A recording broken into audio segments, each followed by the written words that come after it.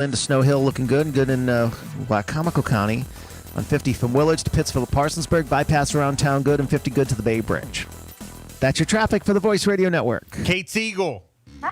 Hey, good morning. Good morning. It's Bill and Jessica, Power 1017 in Salisbury, Ocean City, Maryland. And, you know, I always start a lot of our interviews off with telling you where we're from. But I just heard that you are from where we are, but like around the area. Is that true? I absolutely am. Yeah, where are you from? I have to tell you, I've made some, I grew up in Maryland. Okay. And I have made some of my best mistakes in Ocean City, Maryland. Right. Love it. Love it. Where in Maryland are you from? I grew up in Rockville, Maryland, which is like 20 minutes outside of D.C. Yeah. Oh, I'm familiar. Yeah, I know Rockville. Very cool. Yeah. Very cool. So, and you come down, obviously, I'm sure you. Out for Villa Square right now. Well, I'm sure you came down to Ocean City during the summer on vacation, right? Yep, Ocean City and Delaware. We spent a lot of time in Rehoboth and Bethany as well. Okay, all right. Any landmarks that you can think of that we can kind of smile about?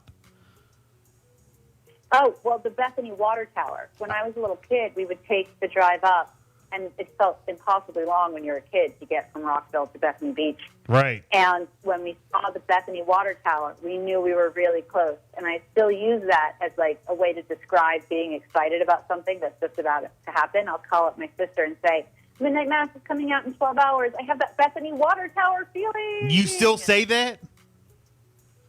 I still say it, yeah. I love it. I love it. That's great. That's great. That right on Route 1. So you're coming right down like south towards Ocean City. Oh, yeah. And you always get pulled over in like Dewey Beach and that whole area, so you got to drive slow.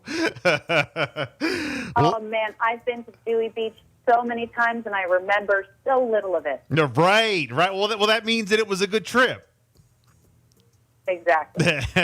Man, that is great. That is great. I'm sure you partied at the Starboard, and I'm sure you partied at the Bottle and Cork and the Rusty Rudder. And the Bottle and Cork, the stickiest place in Maryland. Now, that's in Delaware. Delaware, up in Dewey. See, you didn't remember because you had such a good time. So, no, that is great. Well, look, Kate Siegel, it's so great to have you on.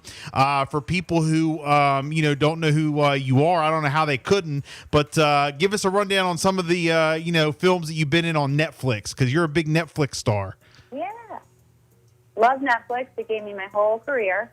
I started out with Hush, which is a thriller about a deaf woman home alone who someone tries to break into her house. I've been in The Haunting of Hill House, which is a family drama with spooky elements. I was in its sequel, The Haunting of Bly Manor, which is a love story, a gothic love story. And now I'm in Midnight Mass, which is the story of a small island fishing community whose divisions are, brought to the forefront by the return of one of their residents who just got out of jail for manslaughter, and then a young charismatic priest shows up as well. And I can't spoil much, but I do want to say not everything is what it seems. Wow, very good. Now, it's a 7-episode series. It's already streaming right now on Netflix, so go check it out again. It's Midnight Mass. And how did you, get hooked up with Netflix? How did you get involved with, doing Netflix films? Well, my husband and I made Hush together for basically a wing and a prayer and favors from all of our film friends. And we premiered that film at South by Southwest, and Netflix bought it. Wow. So Netflix really, once they buy a movie, goes out into the world, and everybody who has Netflix can see it. Yeah. And that changed my whole career. And so I always go back to Netflix because they took a chance on me the first time. Well, Netflix is where it's at. I mean, the regular TV, I don't want to say that it's over, but I mean, this is like, you already know the history. I mean, Netflix, everybody's streaming, everybody's moving over to online stuff, and Netflix, no matter how many other streaming services they come out with, is always king.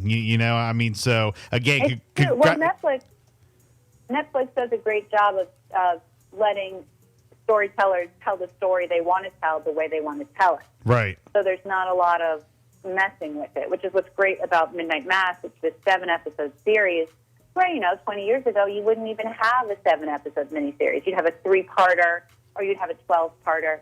But this lean 7 is exactly what that Mike Flanagan wanted to do. Right. Well, and I mean, the other thing is it's 7-episode series. They're all out at once. Like, you don't have to wait like every week and you watch it at your own pleasure. That's like the whole, we're America is like a land of, convenience. So we watch at our own convenience. You have them all out. You can binge watch. You can watch at your leisure. And that's the way of the world. That's what we like nowadays. So, I mean, that's definitely. I like it that people have that choice. Yeah. Although I've heard from everybody who's watched it so far that once you hit episode 5, you never stop. Right. You just can't stop after 5. Right. Now, the Midnight Mass, it's a 7-episode series. Is it going to continue like to a season 2, or is this it?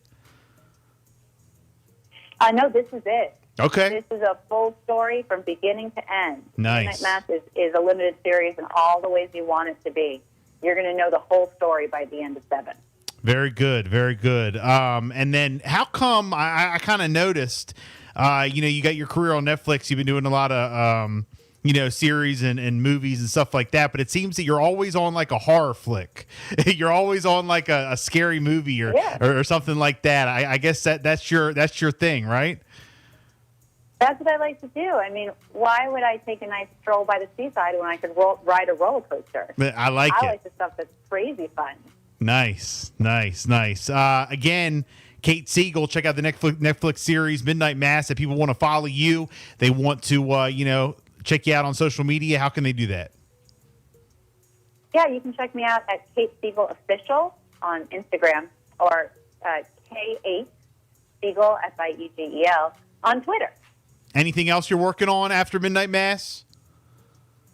Yeah, I have one of those great 90s Sleeping with the Enemy style thrillers coming out in October called Hypnotic. Oh, man, that's one of the greats.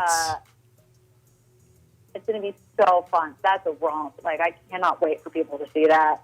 And then tomorrow, actually, I head to Chicago to finish up my work on The Time Traveler's Wife, which is Stephen Moffat's reimagining of the novel for HBO, which is also going to blow the lid off people when that comes out. Can't wait. And, of course, we can't wait to check out Midnight Mass. Again, it is streaming right now on Netflix. Kate, thank you so much for checking in. We appreciate it.